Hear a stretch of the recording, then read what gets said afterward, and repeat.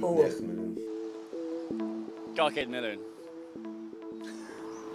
9 milliún, tá mis ceapí, tá gach ó caí. Drum roll.